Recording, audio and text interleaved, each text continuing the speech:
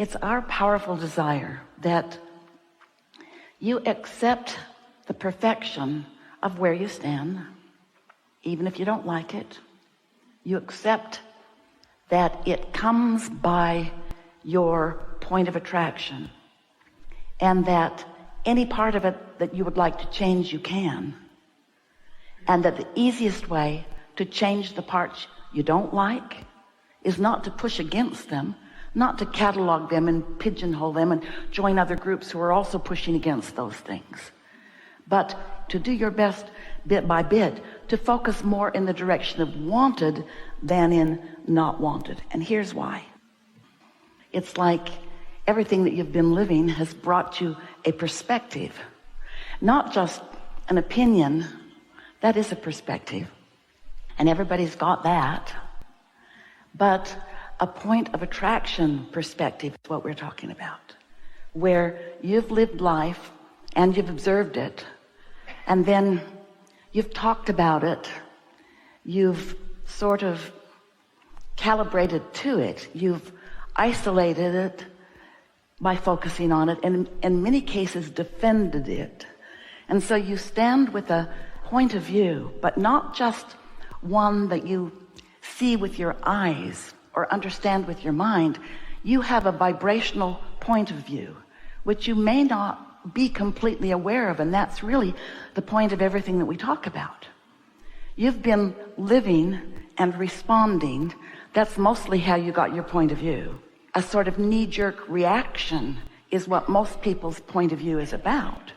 And so sometimes when you're noticing things that you don't like, that you sort of don't like or really don't like, most humans develop a stance of pushing hard against that, not realizing that when you do that, it accentuates that point of view and makes that point of view more of what comes to you.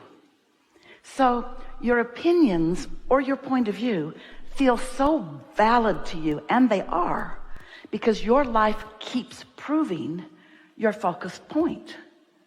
If you think that, if you believe that, the law of attraction keeps bringing you things like it, not because it's what you want, but because it's what you've been focused upon, and it's what you're offering vibrationally.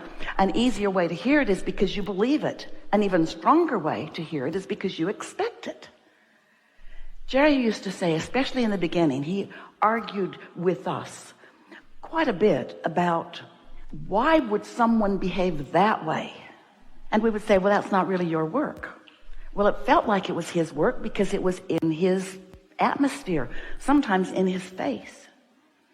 And the point he argued the most often was, I didn't really expect that person to behave that way until I observed their behavior. And then I expected it. And so his point, he didn't get far with it because we're stubborn. His point was, it showed itself to me before I believed it. And while that very often may be exactly what happened to you, you were born into a family, they had beliefs, they behaved in a certain way, they behaved toward you in a certain way, and you developed a point of attraction about how you fit into that family or into that city or into the world. In other words, we get why you do it. We just want you to remember that there is another way that you can be in this world. You can observe it and choose from what you're observing and focus deliberately upon the parts that you are observing that you want to perpetuate in your experience and in the world at large. You don't have to just be a regurgitator. You are a creator. You came to observe, yes, and to decide personally. That matters. Your point of view matters. You get to choose. And once you have chosen, to focus in the direction of what you are choosing rather than in its opposite. Why would anyone choose to focus in opposition to what they really are choosing? Well, it's just a habit. It's a habit for this reason. You were born with these magnificent senses or abilities to perceive. You see and hear and smell and taste and touch. And what you don't realize maybe is that in what you see, you are translating vibration into what you see. What you hear, you're translating vibration into what you hear. Your senses are helping you to translate meaningfully to yourself. Well, that's compelling, isn't it? That reality, that's compelling. We get why you want to focus upon it. Much of it is delicious, and all of it matters, because how are you going to know what you do want unless you're able to taste a little bit or maybe a lot about what you don't want? How would anyone decide what they prefer if it were not for the variety that helps you in that relative way, that relativity way, that comparison way? How would you know what you choose? And it matters what you choose, because you are the creator of your own point of attraction. So you live in a universe. So do we. You're physically focused. We are non-physically focused. We live in a universe that is vibrational first and foremost, and then translatable into manifestation, turning thoughts to things. Yay. That's what you want. That's what you get. That's who you are. That's why you're here. So here we are all together as vibrational beings living in a vibrational universe. And as you come to accept that, and then you calibrate what you're doing vibrationally with what the larger part of you is doing vibrationally, then you consciously activate your own guidance system, and then it's so much easier to move in the direction of wanted. When you're using your physical senses to choose from the plethora of ideas or experiences, it's a lot to choose from, and it can get very confusing. But if you are using your guidance system to feel your way through it, rather than try to think your way through it, it's so much easier. And here, very briefly, is how that works. You're much more than these physical bodies. You in your physical bodies are extensions of something so much more.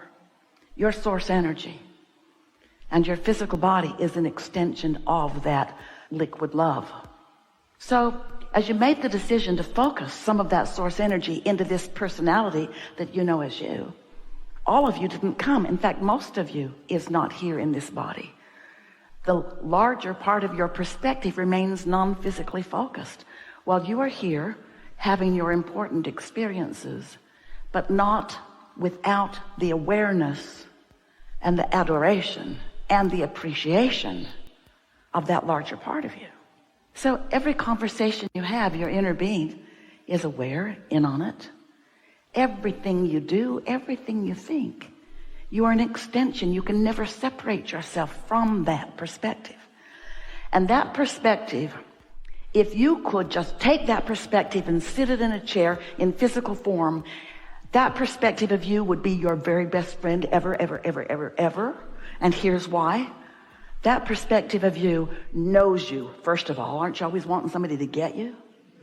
Knows you, adores you, roots for you, knows the ever-changing life experiences that you're going to live, and supports you in everything that you do, knowing that you can't get it wrong and that you never get it done. And so that non-physical part of you is having a vibrational response to whatever it is that you are about in any moment in time, as are you. And your emotions are your indicator of how close in understanding you are with your inner being about the very thing that you're focused on. Somebody is rude to you, you don't like it. If they're really a bully to someone you love or even to you, you'd like to get bigger and stronger, and you'd like to deal with them. Revenge is real. The reason that you feel the discomfort that you might call fear or anger or revenge is because your inner being isn't looking at that bully in the way you are looking at that bully. You say bully, inner being says learner. You say bully, your inner being says someone here to play with you, to help you find your balance. You say, bully, bigger than me, taking advantage of me. Your inner being says, that can never happen. It's only you giving away your power that ever negatively impacts you. And your inner being isn't even saying, and you shouldn't do that. Your inner being doesn't push against anything that you're about. Just knows it, understands it, and is always focused upon who you really are and what you really want. Now, how does your inner being know what you want? Because every time you lived what you didn't want, you asked for what you did want, even if you didn't use your words. Someone's rude, you want a nicer world.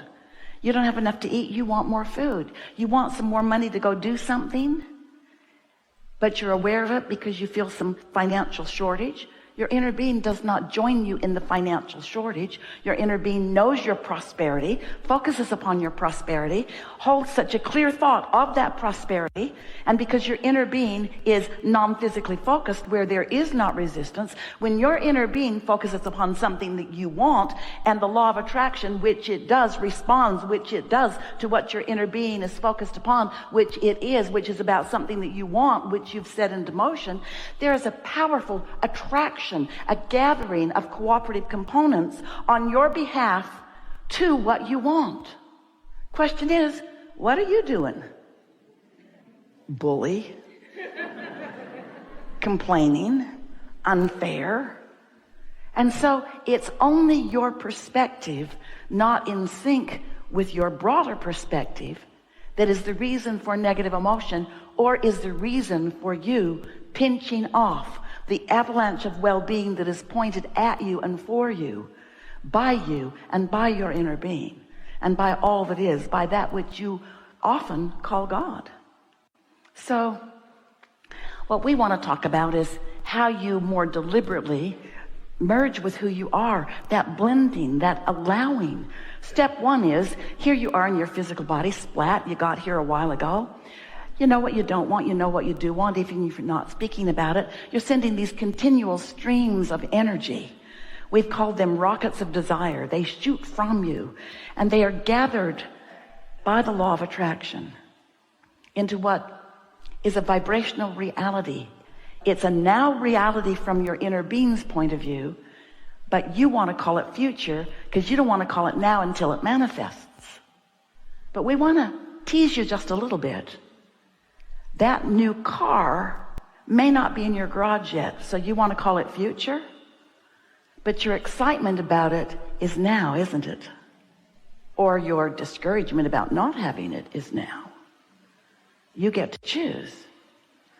Your inner being is focused upon its complete fulfillment. And if you're not, then you are causing discord. You are pinching yourself off. So that's how it works. Step one is contrast helps you to ask. Step two is the law of attraction and your inner being get all over what you've asked for. Go to work focusing, and the law of attraction does its gathering of cooperative components, and things are set into motion. If you could see it, you'd feel better. You'd feel more sure. It might take away the surprise factor. We don't want to give you a spoiler alert, but there's good stuff waiting for you. You just got to chill. Step three is chill. Step three is look for reasons to feel good, and when you find one, focus on it long enough that it gets some momentum. You focus on the things you don't like long enough to give them momentum. Why not pick more of the things that you do want and focus upon them until the law of attraction gathers the momentum that takes your breath away? Really good.